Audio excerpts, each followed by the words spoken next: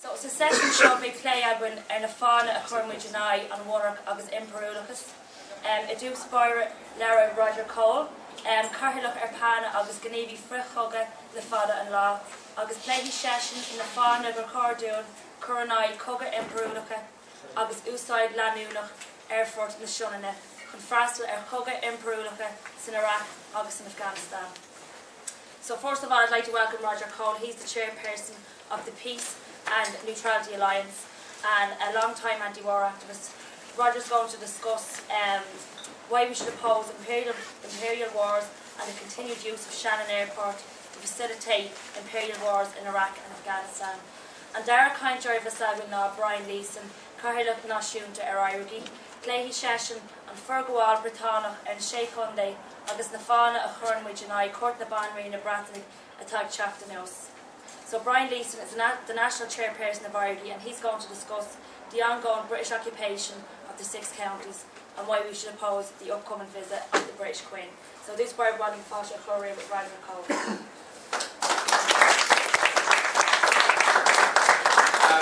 First of all, I'd like to thank Éirígí for the invitation to speak.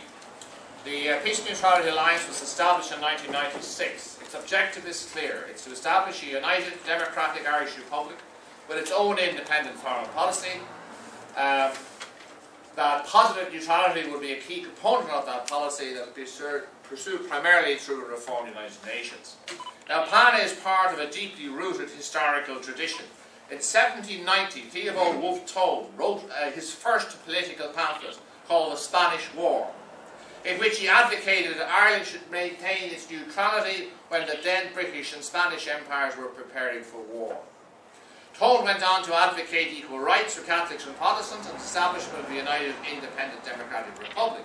Thus, for over 220 years, the struggles for Irish independence, the struggle for Irish democracy, and the struggle for Irish neutrality have been completely intertwined. And that's a tradition that's been carried on by the Young Irelanders, the Fenians, and the Socialists. Now, before I go on, you know, Gay Byrne, by the way, voted no to the Lisbon Treaty, and one of his famous phrases was, "There's one for everybody in the audience." So, in fact, there is one, because on our 10th anniversary, we republished this Wolfe Tone's document. So I'd ask Tom perhaps just to start to give everyone, just pass it around. Right? Because it, you know, despite the fact it was written in 1790, it's an exceptionally readable document, and I strongly recommend everybody do so, because it's as valid in 1790 as it is now. In fact, that tradition was carried on in 1914 when Connolly established a broad-based alliance, the Irish Neutrality League, against Ireland's involvement in the First World War. Connolly was elected president. Other members of that committee included Arthur Griffith, Countess Markievicz, Faber John McBride, and William O'Brien. So it was a very broad alliance. It wasn't just social, it was deliberately established by Connolly as a broad alliance. Now, when the treaty that was established this state, one of the things that was agreed upon was that Ireland would have the right to stay neutral. And in fact, it didn't become involved in the Second World War and stayed outside NATO and the Western European Union. But while it is true that the traditions of independence, democracy and neutrality are deeply rooted, so is the tradition of Irish imperialism and Irish support for imperialism. For example, throughout the whole 19th and early 20th century, 30% of the British Army were Irish. Many of the Irish political leaders supported imperial wars. For example, Daniel O'Connell supported the war by the British Empire against the Chinese Empire to make certain that the Chinese bought British heroin. Isaac Butt supported the Crimean War, and as we all know, that Redmond encouraged 180,000 Irishmen to go and fight and die, to volunteer to fight and die for the British Empire. So both those traditions are very powerfully, deeply rooted in our history. What happened in the 1916 Rising and the subsequent struggle was that imperialism, not capitalism, but imperialism was actually beaten in the 26 counties. That's my analysis. But obviously in the 6 counties, imperialism remained and still remains the dominant ideology. It obviously stayed part of the British Empire and became part of NATO and became part of the Western European Union. It wasn't actually until the emergence of the European Economic Community, or as it's now called, the European Union, that an opportunity arose for a neo-Rebendite elite that's evolving in Ireland, saw as their opportunity to re-establish the concept of imperialism throughout Ireland, north and south. Because what the EU is, it's dominated by imperial states such as Britain and France and Belgium, Holland, Italy, and Spain, and Portugal. And the elites of these countries that had lost their empires in the imperial wars thought by coming together they could re-establish their dominance that they held in the world for the previous 500 years. By allying themselves with the American empire, they thought they could do that even better. The latest example of this European imperialism is obviously the decision to go to war on Libya. The central function of that is to overthrow the current regime, establish a new regime that would allow them to establish or re-establish bases in Libya, and then to privatise the oil. Maybe there'll be a fight between BP and Total as to which gets most of the oil. But that's essentially what that particular war was about. And an indication, for example, how powerful the imperial tradition remains is that in Britain, the British Parliament, of the 650 MPs, all of them, bar 13, voted in favour of the war on Libya. In this country, for some considerable time, the two major parties, Fine Gael and Fianna Fáil, have supported this process of integrating this state into the US-EU NATO military structure. The obvious example of that is over 2 million US troops have landed in Shannon Airport on their way to their wars in Afghanistan and in Pakistan and in Iran, and obviously now in Libya as well. I mean, that's the central role of Shannon Airport. It's a key part of the military wars of the American Empire. Other ways, there are 8 Irish soldiers serving in Afghanistan, 8 to 10, right? There's a law that says you don't need a vote in the Dáil if the number is under 12. So there's never been a vote in the Dáil because there's a little rule saying they can send that, so they're constantly being changed over. But there's the number of Irish people who even know that there are Irish soldiers fighting in Afghanistan, soldiers from this part of the world, the 26th century state, is probably zilch. And of course then, the Irish army has been integrated into the EU battle groups. The battle groups are 2,000 strong military forces specifically designed and trained for military intervention. And the Irish army has over 100 soldiers in those battle groups trained to fight alongside other European troops. Interesting enough, by the way, that we belong to what's called the Nordic battle group. Because of course Britain has their own battle group, but because of our historical tradition, it's somehow difficult to sell to the Irish people that the Irish soldiers in Dublin should actually fight shoulder to shoulder with members of the British Paratroop Regiment. So they sort of hopped over Britain and joined Norway and Denmark and Estonia. So if you like, that's a good sign in a way that they're still frightened of this anti-imperial tradition that still exists.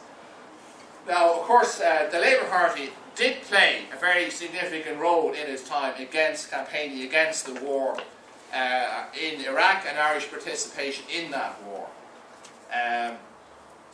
Interesting enough, the Labour Party leader at the last conference, when the issue whether we should go into coalition or whether the Labour Party will go into coalition or not, there is a line in it saying that the use of Shannon Airport for these wars would be terminated. When a question of clarification was put to him, he said, yes, that's what it does mean.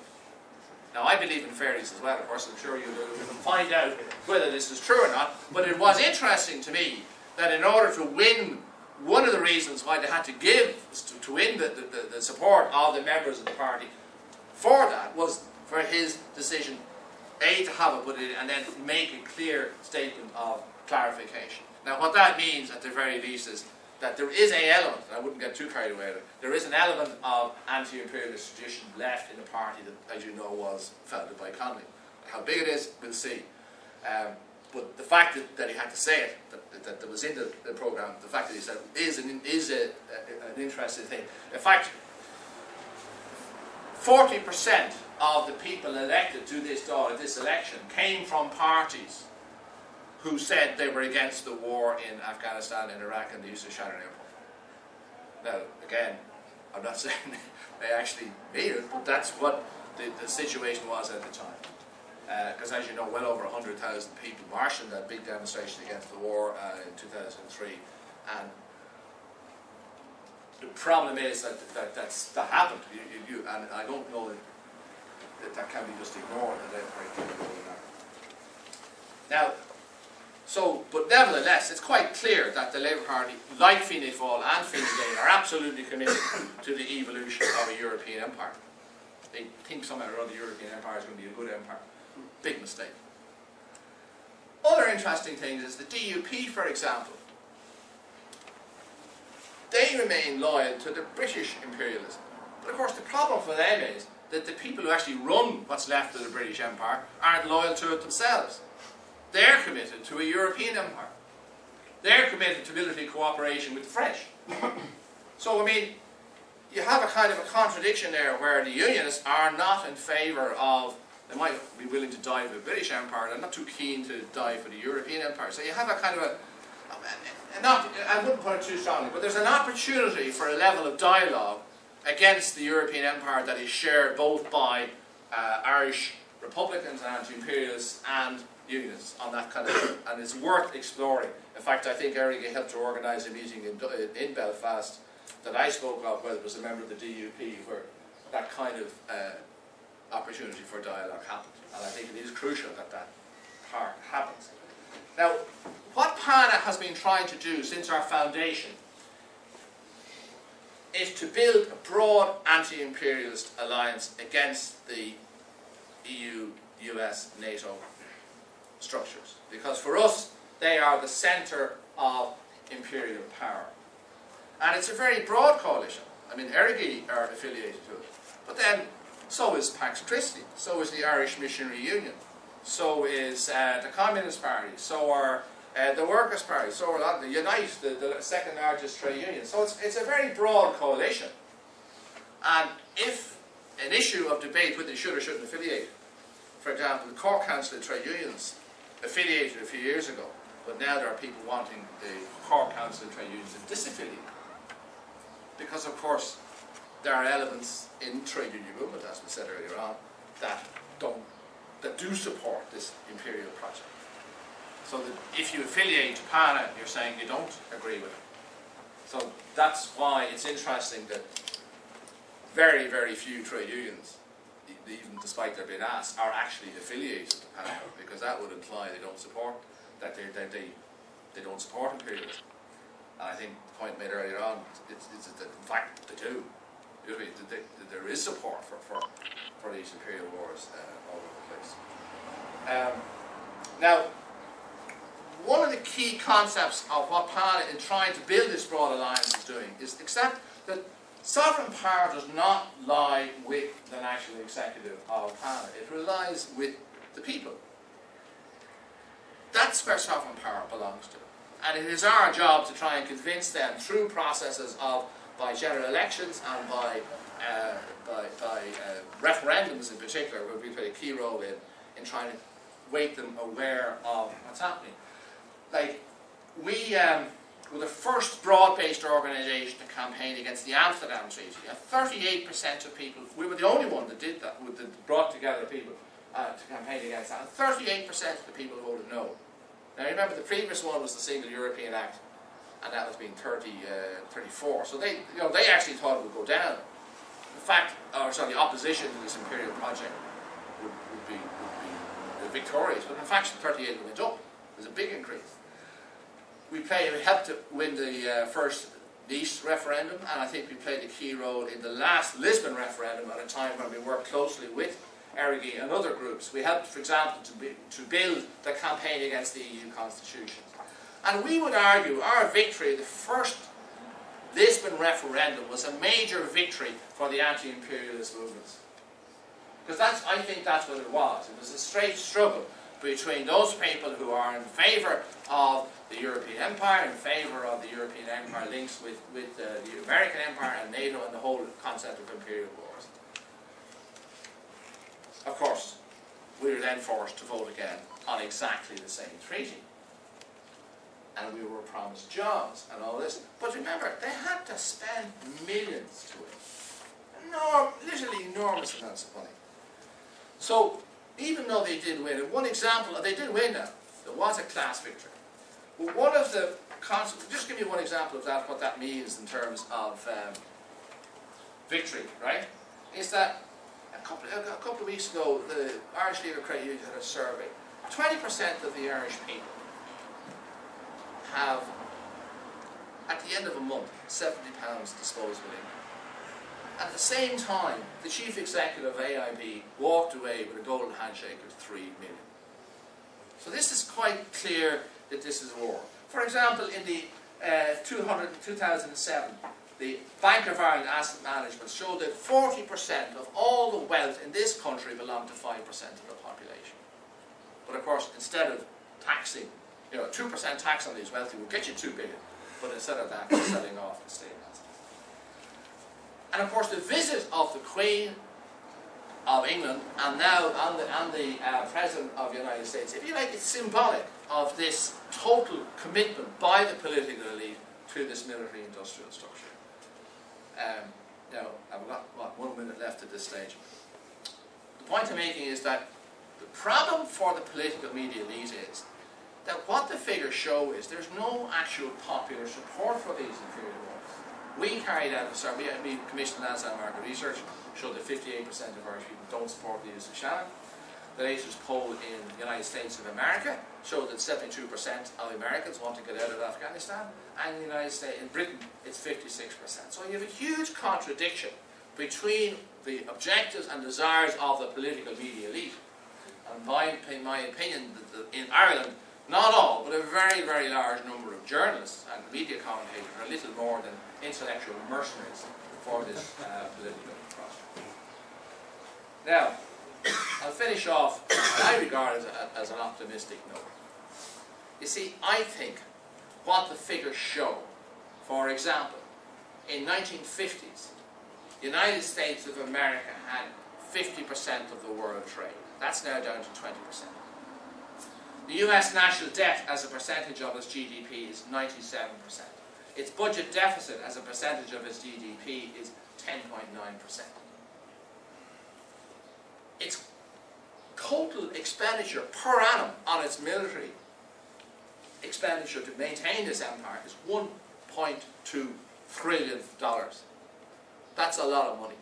And essentially, they don't have the taxable base any longer to maintain this war. They can print dollars, which is what they're doing now to keep going. They can have a sustained attack on the living and working conditions of American workers. But it's too big. In other words, they really are going to end. And I think that with, say, the developments in South America over the last 10 years, with the growth of that very powerful anti-imperialist movement, with the growth of China, with the defeat of the Georgian vassal state by Russia, is that this axis, this imperial axis, that is ultimately responsible for the partition of our country, not Britain, because I think Britain operates within that axis, that it is going to break. Now, it might last another year or so, it might happen tomorrow, you just don't know. But it is absolutely inevitable. And that destruction of that imperial thing will allow us the opportunity to build an even bigger broad alliance, a bigger and more powerful anti-imperialist movement. And by the way, there's going to be lots of divisions and contradictions in that anti-imperialist movement. But nevertheless, that's the role, that's the function of Tallinn. You know, in a couple of years' time, we were founded in 1996, we'll be celebrating 20 years of struggle. And I don't want to pass that tradition on. Let's see if we can win this time.